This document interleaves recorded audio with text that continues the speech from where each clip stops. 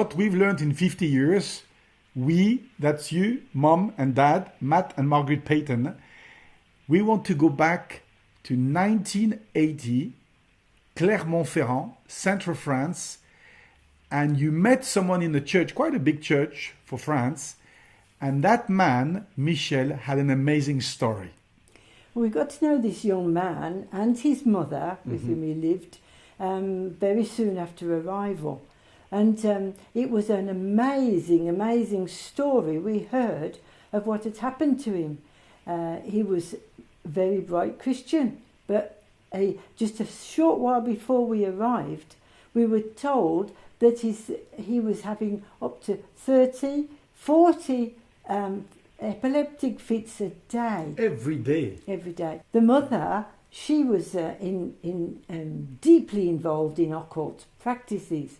She could actually heal people. So she could heal people, not with the power of God, no. But her son was not getting any better. No, on the contrary, he was getting worse because, as she learned later, all the healing she did for others, which was evil powers, was falling upon her son. Did she get phone calls from hospitals, I yes. hear, for her to come and pray? Yes, yes, she got phone calls for asking to come and heal somebody. I suppose the staff who believed in her would call for her. But she was all over the place, and she was a woman who wanted to do good, but she didn't realise that the power she had was evil. Well, there's a young lady in the church. She'd been inviting them to come. She knew them, and they kept putting it off and putting it off.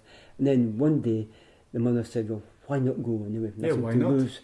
So they came along to the church, and the pastor prayed for him at the end, and there was a bit betterment in this. But she said, the pastor said, "Could I ask you a question?" And that's when he discovered what the mother was doing. And so she confessed that to God, and he prayed for the son, and he was delivered. He was delivered from all that evil, and his health got better, everything changed in his life, and both of them got converted, baptised, and then later on he just used his car to serve the Lord. Well, what happened? They sat and listened to the church people singing, praising God. It was all new to them. Yeah. They must have been looking around going, what's happening here, you know.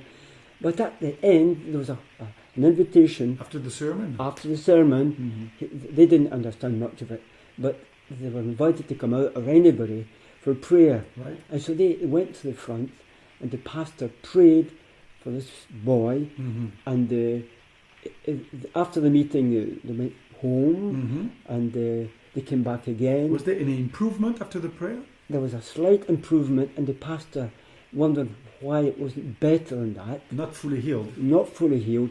Well, the pastor had much experience, having been a pastor and a missionary himself, and he realised that there was something behind it that wasn't clear. So he asked the mother a bit more about their lives, and discovered the gift from not God, came from the devil, and all that was being practised elsewhere, whether it was in a hospital or elsewhere, just kept falling on the boy. He suffered because of the mother's gift, which came from the devil. So what did the pastor recommend the mother to do when he discovered what kind of life she was living? After having recommended that she get rid of all that, she did it. She got home, and both of them destroyed all that was wrong, evil, and then they come back to the church in a regular way, and bit by bit, this boy got completely, from 40 it dropped down, until he didn't take no more pills. Everything was cleared, completely delivered. Did he ever get epileptic fits ever after? No, it's finished, right to this day. Completely healed? Completely healed. What happened to him? Well, the wonderful message, the gospel, was the answer for him and his mum. Both of them understood it, confessed their sin, having got rid of all the wrong things, and they finished up in the church. Baptised, and he actually began to take driving lessons, which he would have never ever done in his life. He got a job, I think. He got a good job, and he got a wife as well, got married, happily married even today. All that because one neighbor, a Christian lady, had the courage to come, knock at the door of this mother and say, hey, you need to come to church. This young man and his mother eventually, while we were in the church ourselves, became very, very active serving the Lord. She was a wonderful woman. She just wanted to do good all around. She is now with the Lord. But Michel, as you said, is happily married, has a good job, and drives his car. So from the late 70s till now, 2015, this man, Michel, has never had a fit again. When you think he had between 30 and 40 a day, just amazing. Mm-hmm. Maybe, Dad, you are thinking of what could be the key for us today after listening to such an amazing story. Well, I would just like to say this: we've got to be bold in our witness. And this girl was bold. She went to the door, knocked on it, and the result, you've heard about it. And don't be afraid of what people might say or how they look at you. You just keep at it. Mm-hmm. The Spirit of God will do His job.